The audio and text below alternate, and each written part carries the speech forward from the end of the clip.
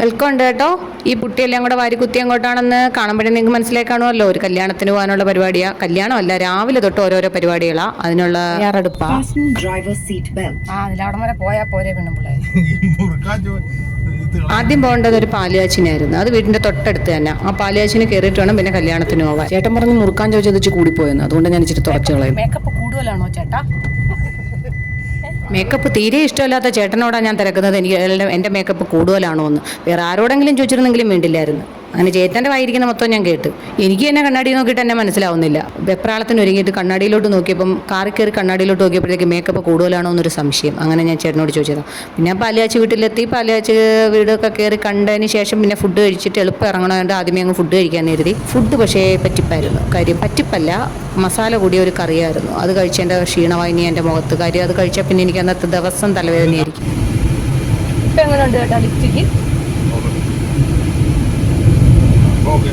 സമാധാനമല്ലേ? ആദ്യം മേക്കപ്പ് കൂടുതലാണോ എന്ന് ചോദിച്ചിട്ട് ഇപ്പം ഞാൻ രണ്ടാമത് അവിടെ നിന്ന് ഭക്ഷണമൊക്കെ കഴിച്ചിട്ട് കയറിയപ്പോഴത്തെ കുറേ ലിപ്സ്റ്റിക്കൊക്കെ ഞാൻ തിന്ന് തീർത്തായിരുന്നു. അതിന് എന്നെ ചീത്ത വിളിക്കുക. ഞാൻ ഇച്ചിരി മേക്കപ്പ് കുറഞ്ഞോ എന്ന് ചോദിച്ചായിരുന്നു. അതിനെന്നെ അടുത്ത വഴക്ക് പറഞ്ഞുകൊണ്ടിരിക്കുക. ഇതിനെ തിന്നാനായിട്ട് ഈ ലിപ്സ്റ്റിക്കൊക്കെ വാരി ഇടുന്നതെന്നാണ് ചോദിക്കുന്നത്. കുറേ നേരമൊക്കെ ഞങ്ങൾ തമ്മിലുള്ള വാഗ്വാദങ്ങളൊക്കെ കഴിഞ്ഞതിന് ശേഷം എന്തായാലും ഒരുപാട് ദൂരമുള്ളൊരു കല്യാണമാണ്. ഒരു മണിക്കൂർ കൂടുതലുണ്ടായിരുന്നെന്ന് തോന്നുന്നു ആ കല്യാണ വീട്ടിലെത്താൻ. അത്രയും യാത്രയൊക്കെ ചെയ്ത് വേണം കല്യാണ വീട്ടിലെത്താൻ. അപ്പോൾ എന്തായാലും നേരം പോകാൻ എന്തായാലും കാര്യം വേണ്ടേ. അന്ന് എൻ്റെ മേക്കപ്പ് ആയിക്കോട്ടെ എന്ന് കരുതി. അങ്ങനെ ചേട്ടനും ഞാനും കൂടെ വാഗ്വാദിച്ച് എൻ്റെ മുഖഷേപ്പാണ് എൻ്റെ ഈ കാണും. അവിടെ ചെന്ന് എൻ്റെ പൊന്നോ ഒന്നും പറയണ്ട. ഒരു ചെറിയ തൃശ്ശൂർ പൂരത്തിനുള്ള ആളുണ്ടായിരുന്നു. ഈ ആളുകളെ കണ്ടാൽ നിങ്ങൾ വിചാരിക്കും കല്യാണം കാണാനാണ്. ഇത് ഭക്ഷണം കഴിക്കാനുള്ള ആളുകളാണ്. കല്യാണം കാണാനുള്ള ആളുകളെ നമ്മളിനി മേളിലോട്ട് ചെന്നതിന് ശേഷമാണ് അതിനെ കാണുന്നത്. അപ്പോഴാണ് എനിക്ക് മനസ്സിലായത് എന്തുകൊണ്ടാണ് ഇവർ താഴെ കിടന്നിടിക്കുന്നതെന്ന്. മോളിൽ ചെന്നിട്ട് ഒരു കാര്യമില്ല. അവിടെ നിന്ന് കാണാൻ പോലും പറ്റാത്തത്ര ആൾക്കാർ. എങ്കിൽ പിന്നെ താഴെ കിടന്നിടിക്കാന്ന് അവർ വിചാരിച്ചു കാണും. എനിക്ക് ആ ബുദ്ധി പോയില്ലെന്നേ ഉള്ളൂ. ഞാൻ വലിഞ്ഞുടിച്ച് മേളിൽ കയറി ചെന്ന് എങ്ങനെയെങ്കിലും തള്ളി അകത്ത് കയറിയപ്പോഴത്തേക്ക് സിനിമയ്ക്കകത്തൊക്കെ മനുഷ്യൻ്റെ ബോധം പോകുന്ന കണക്ക് നിറഞ്ഞ സഭയാണ് കാണുന്നത്. ഒന്നും കാണാൻ വയ്യ. ദൂരെ ഇരുന്ന് ആരോ കല്യാണം കഴിക്കുന്നത് മാത്രം കാണാം. ഈ ഓഡിറ്റോറിയം മൊത്തവും നിറഞ്ഞിട്ട് പിന്നെ പുറത്ത് 3-4 ഡോറുണ്ട്. അവിടെ വാതുക്കലെല്ലാം ആൾക്കാർ നിൽക്കുന്നു. ഇത്ര ആൾക്കാരുള്ള കല്യാണം ഞാൻ എൻ്റെ ജീവിതത്തിൽ കണ്ടിട്ടില്ല. ഒന്നും കാണാൻ പറ്റൂലെങ്കിൽ എന്താ, നന്നായിട്ട് കേൾക്കാം. താലി കെട്ടാൻ മാല പൊക്കിയപ്പോഴേ പിന്നെ ഞങ്ങൾ അവിടെ നിന്ന് ഇറങ്ങി. എന്തായാലും കല്യാണം നടക്കുമെന്ന് ഉറപ്പാണല്ലോ. പിന്നെ നമുക്ക് താഴോട്ട് അങ്ങ് പോവാം. ഇവിടെ ചെന്ന് ക്യൂ നിൽക്കാന്ന് പറഞ്ഞാൽ അവിടെ ചെന്നത്. അവിടെ ക്യൂ പോയിട്ട് റിസൾട്ട് പോലും ഇല്ല. എല്ലാവരും കൂടെ വളഞ്ഞു എന്തൊക്കെയാണ് അവിടെ കിടന്ന് ഇടികൂടുക. ഇതിലും ഭേദം അന്നദാനമാണെന്ന് തോന്നി. അന്നദാനത്തിന് ഇതിനും നല്ല മാന്യത ഉണ്ടായിരുന്നു. എന്തൊരിടിയായിരുന്നു.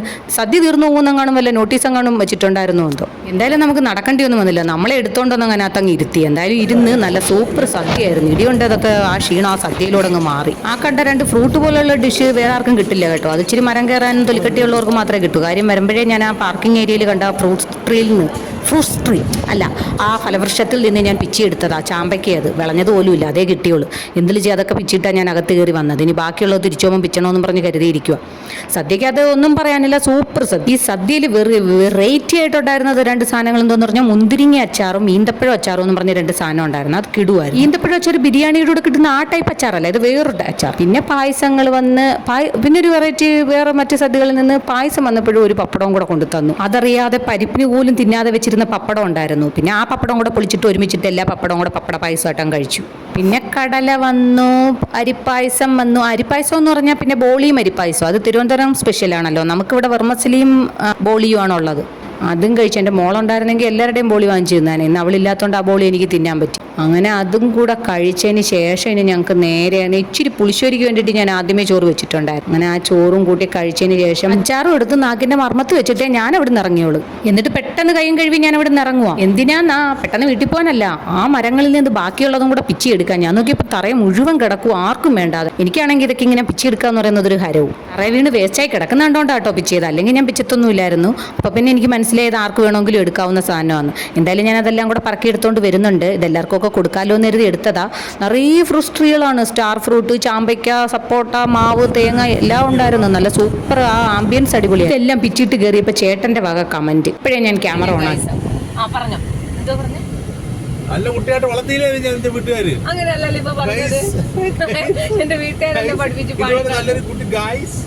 പക്ഷേ ക്യാമറ ഓൺ ആക്കിയപ്പോൾ ചേട്ടൻ മാറ്റി തിരിച്ചു പറഞ്ഞു. എൻ്റെ വീട്ടുകാർ എന്നെ പാഴാക്കിയെന്നാണ് പറയുന്നത്. പക്ഷേ തിരിച്ചാന്നേ ഉള്ളൂ. ചേട്ടൻ്റെ കൂടെ കൂടിയിട്ടാണ് ഞാൻ ഇങ്ങനെ ആയത്. എൻ്റെ അച്ഛൻ്റെ അടുത്തെങ്ങാനും ഇങ്ങനെ നടന്ന അച്ഛൻ തന്നെ കാല് മടൽ വെട്ടി അടിക്കും. പിന്നെ വരുന്ന വഴിക്ക് ഒരു ചട്ടിക്കട ഉണ്ട്. ചട്ടിക്കട കണ്ട പിന്നെ എൻ്റെ ഒരു വീക്ക്നെസ്സാണ്. അവിടെ കയറി വെറൈറ്റി ചട്ടികളുണ്ടോ എന്ന് തപ്പലാണ്. ആ ചേച്ചിക്ക് ഞാൻ പല രീതിയിലുള്ള മാതൃകകളൊക്കെ കാണിച്ചു കൊടുക്കുന്നുണ്ട്. ചേച്ചി അങ്ങനെയുള്ള ചട്ടിയുണ്ട്, ഇങ്ങനെയുള്ള ചട്ടിയുണ്ട്. ആ ചട്ടികളെല്ലാം കൂടെ എടുത്ത് ചേച്ചി എൻ്റെ തലക്കടിക്കാൻ ഞാൻ ഭാഗ്യം. എന്തായാലും ഒരു പാവം ചേച്ചിയായിരുന്നു. ആ ചേച്ചിയിൽ നിന്ന് ഞാൻ ചോദിച്ച ചട്ടിയൊന്നും ഇല്ലെങ്കിലും ചേച്ചി പറഞ്ഞ ചട്ടിയിൽ നിന്ന് രണ്ടെണ്ണം ഞാൻ വാങ്ങിച്ചുകൊണ്ട് ഇനി പോരാന്ന് കരുതി. ചേട്ടൻ എന്നെ അവിടെ കിടന്ന് വിളിച്ചുകൊണ്ടേ ഇരിക്കുക, മഴ വരുന്നു വാ പോവാന്ന്. ആ ചേട്ടനെ പറ്റിച്ചാൽ ഞാൻ ഇതിനകത്ത് ഇറങ്ങിയത്. ഒന്ന് നോക്കാനെന്നും പറഞ്ഞ് ഇറങ്ങിയതാ. എന്താന്ന് പറഞ്ഞൂടാ, ചട്ടിയും പാത്രങ്ങളൊക്കെ കണ്ടാൽ ഞാൻ അവിടെ കമന്നടിച്ച് അങ്ങ് വീഴും. വീട്ടിലെ ചട്ടിയെല്ലാം പൊട്ടിപ്പോയിന്ന് കള്ളം പറഞ്ഞിട്ടാണ് ഞാനത് വാങ്ങിക്കുന്നത് തന്നെ. പിന്നെ ആ ചേച്ചിയും കൂടെ എൻ്റെ കൂടെ കൂടി. പിന്നെ ഞാനും ആ ചേച്ചിയും കൂടെ ജോയിൻ്റ് ആയിട്ട് ചേട്ടനെ ആക്രമിക്കാൻ തുടങ്ങി. പോട്ടെ. പിന്നെ അപ്പോഴും പരിചയപ്പെട്ട ആ ചേച്ചി എടുത്ത് യാത്രയും പറഞ്ഞ് ഞങ്ങളങ്ങ് ഇറങ്ങി. ഇനി ചേട്ടൻ ഒരു വാണിംഗ് എന്നേക്കും ഇനി വീട്ടിൽ മാത്രമേ നിർത്തത്തോളന്ന്.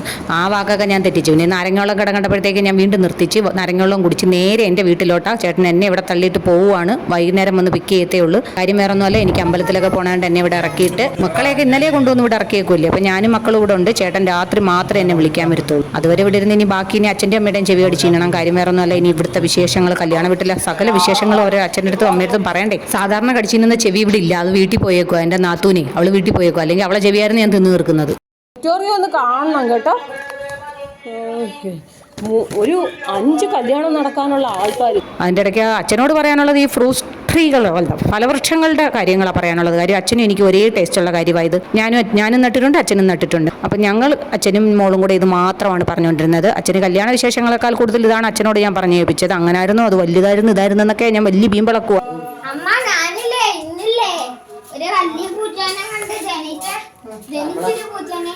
ജനിച്ച പൂച്ച എല്ലാവരും ജനിക്കത്തില്ല. മോൻ 2 ദിവസം കൊണ്ട് ഇവിടെ ഉള്ളതുകൊണ്ട് അവൻ്റെ കുറേ വിശേഷങ്ങളാണ് കേൾക്കുന്നത്. അവൻ ജനിച്ച പൂച്ചയും വലിയ പൂച്ചയൊക്കെ കണ്ടെന്നുള്ള വിശേഷങ്ങൾ പറയുക. പിന്നെ അമ്മയുടെ കല്യാണ വിശേഷങ്ങളൊക്കെ പറഞ്ഞ് ആ സ്റ്റാർ ഫ്രൂട്ടും കട്ട് ചെയ്ത് അതും കഴിച്ചിട്ട് ഇനി ബാക്കി വിശേഷം എടുത്ത് നന്നായിട്ട് ക്ഷീണിച്ചു. ഇതൊരു പീസ് കട്ട് ചെയ്ത് വായിലിട്ടിട്ട് വേണം നന്നായിട്ട് റെസ്റ്റ് എടുക്കുക. അതിന് വേണ്ടിയിട്ടുള്ള വ്യഗ്രതയാണ് ഞാൻ ഈ കാണിക്കുന്നത്. ഇതിന്ന് ഒരെണ്ണം മാത്രമേ കട്ട് ചെയ്തെടുത്തിട്ടുള്ളൂ. ബാക്കി ഞങ്ങളുടെ സഹാക്കൾ എത്തിയിട്ടില്ല. കാര്യം നാത്തൂനും മക്കളും അവരുടെ വീട്ടിലോട്ട് പോയേക്കോ. ഇനി അവരെത്തിയിട്ടുള്ളത് അവർക്ക് വേണ്ടി വെച്ചിട്ടുണ്ട്. ബാക്കി ഇതിൽ നിന്ന് ഒരെണ്ണം ഞങ്ങൾ കട്ട് ചെയ്ത് എല്ലാവരും കൂടെ കഴിച്ചു. കഴിച്ചതിന് ശേഷം ഇനി റെസ്റ്റ് എടുത്തിട്ട് വേണം വൈകുന്നേരം അമ്പലത്തിൽ പോവാൻ. അമ്പലത്തിൽ ഇന്ന് വിളക്കൊക്കെ ഉള്ളതാ. അതിന് വേണ്ടിയിട്ടും കൂടെ ഞാൻ ഇന്ന് മുന്നോട്ട് ഇറങ്ങിയത്. ഇനി രാത്രി വിളക്കൊക്കെ കഴിഞ്ഞ് രാത്രി ഇനി ചേട്ടൻ വരുത്തോളൂ ഞങ്ങളെ വിളിക്കാം. അതും വയലിട്ടുകൊണ്ട് അവിടോട്ട് ഇരുന്ന് പിന്നെ ഇനി പതുക്കെ അമ്മയുടെ അടുത്ത് ഓരോ വിശേഷങ്ങൾ പറയുമോ. ഇനി അവിടുത്തെ വലിയ വലിയ വിശേഷങ്ങൾ, കല്യാണം, ഞങ്ങൾ സത്യം പറഞ്ഞാൽ കല്യാണത്തിന് പോയിട്ട് കല്യാണ പെണ്ണിനെയും ചെറുക്കനെയും കണ്ടതുപോലും ഇല്ല. ആ വിശേഷം ഉൾപ്പെടെ അമ്മയുടെ അടുത്ത് പറയുക. അതിനെ പോയാൽ അമ്മ ചോദിച്ചപ്പോഴാണ് ഞാനും ഓർത്തത്. അപ്പോൾ ഇന്ന് അത്രയേ ഉള്ളൂ. Okay, bye, see U.